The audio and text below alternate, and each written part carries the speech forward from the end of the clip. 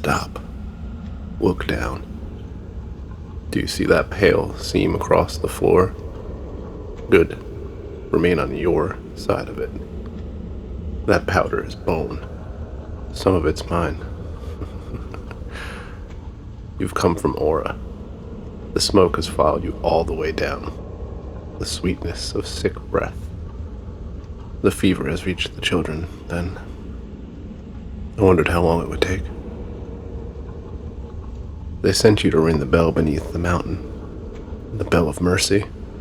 Do they still call it that? The bell was here before Aura, before the old road, perhaps before the mountain. The first miners found it hanging in an empty chamber, though no passage led there, and no chain held it to the ceiling. One of them struck it. His blindness vanished before the echo died. 3 days later, every infant in the valley was born without eyes. The bell does not cure suffering. It just seems to move it. Every wound it takes from one body must open somewhere else. Every year stolen from death is collected from another life. The priests understood this. They kept prisoners beneath the temple and rang the bell whenever a lord became ill. When the prisoners were gone, they used pilgrims. When the pilgrims stopped coming, they began drawing names from a bowl. You can still reach it. The passage behind me descends until the water begins flowing upward. Follow it. Don't drink, even when it speaks with the voice of someone you miss.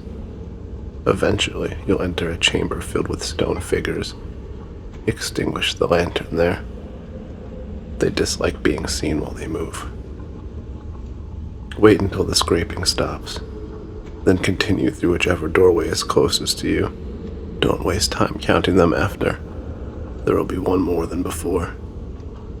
Beyond that chamber stands a door covered in black wax. The little bone around your neck will open it. Yes, I know you have it. I can hear it knocking against your armor. They told you it was the finger of a saint. It belonged to the child who sealed the bell away. Push the bone into the wax. The door will ask what you have come to surrender. Say nothing. It already knows. When the door opens, keep your eyes on the floor.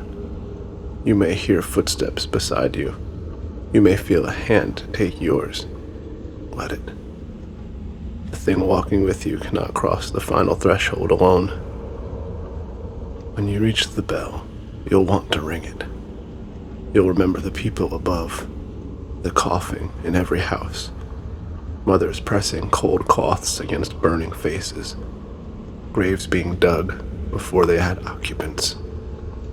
The bell will show you what happens if you walk away. It will show you accurately. This is how it persuades you. Instead, reach beneath its rim. You'll find a strip of gray flesh hanging where the clapper should be.